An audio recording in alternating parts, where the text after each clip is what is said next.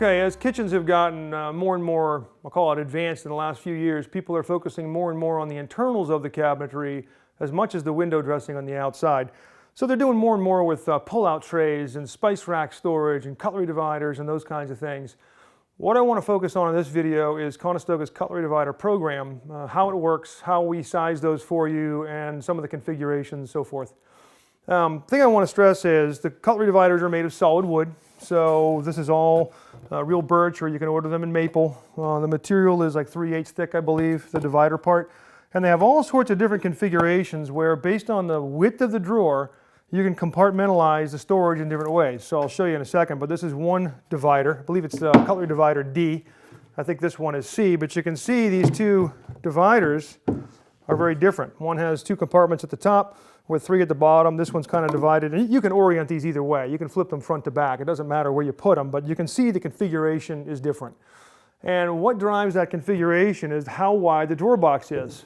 For example, I couldn't put this Cutlery Divider D configuration in a 12-inch wide drawer box. There's not enough real estate to work with to fit all this, so you have to go with one of the divider designs that does fit in that drawer box.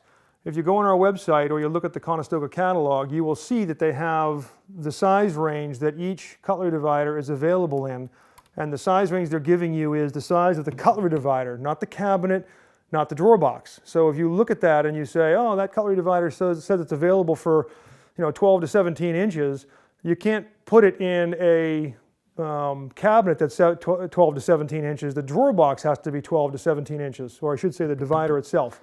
So you kind of have to back off a few inches from whatever that says to derive the cabinet size that it's available in, or I should say add on to. So if you see it says 12 to 17 inches, you got to put it in like a 21-inch cabinet to make it fit.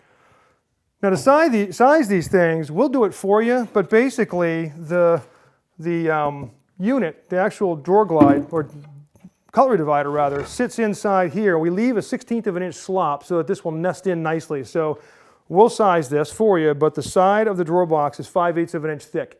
So whatever the drawer box size is, we back off 5/8, 5/8, and then another 1/16. And the reason is, when I set this in, I don't want to have it get stuck. I want to be able to pull it out, and there's a little bit of vacuum that goes on. When you push it in, you can hear the air come out. So when I put that in, it's nice and tight, but I can still pull it out with some ease, okay? Once it's in, and you push it in, if you want, you can put a small wood screw in the corners to kind of hold it in place. That's fine. But we do make them so that they're going to be a little bit sloppy. That's not a mistake when you get it. We don't want it friction fit. Now, some folks have asked, can I kind of share the drawer with something else, a knife block insert or a spice tray insert? By all means, we can size this thing. It does not have to be the exact size of the drawer box. I can put in a smaller one, screw it to the floor of the drawer box, and then use this for a knife block storage or something, and you can make these any size you want. So if you tell your sales rep, hey, I've got a 36-inch drawer, I don't need that for all cutlery, can I do a 3rd spice rack, a 3rd cutlery, and a 3rd knife block? Yes, we'll help you size that.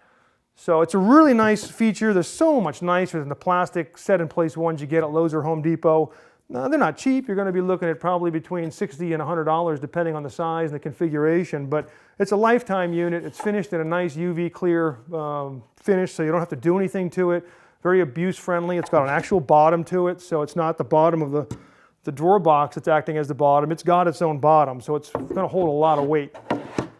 They will also do these in a nested environment or a nested application where only the top part of the drawer box has the cutlery divider in it, and when you open the drawer out of the cabinet, you can then slide the cutlery back and have full access to the bottom of the drawer. So if you want to put placemats or low items, short items in the bottom section and just have the top 1.5 or 2 inches be the cutlery divider, and it slides back and forth, that's an option as well. So there's lots of neat features we can give you that really take your cabinetry, whether you're doing reface on your own cabinets or buying our Conestoga cabinets. You can really make the insides of these cabinets function very, very well, and you can take a small kitchen and make it very efficient.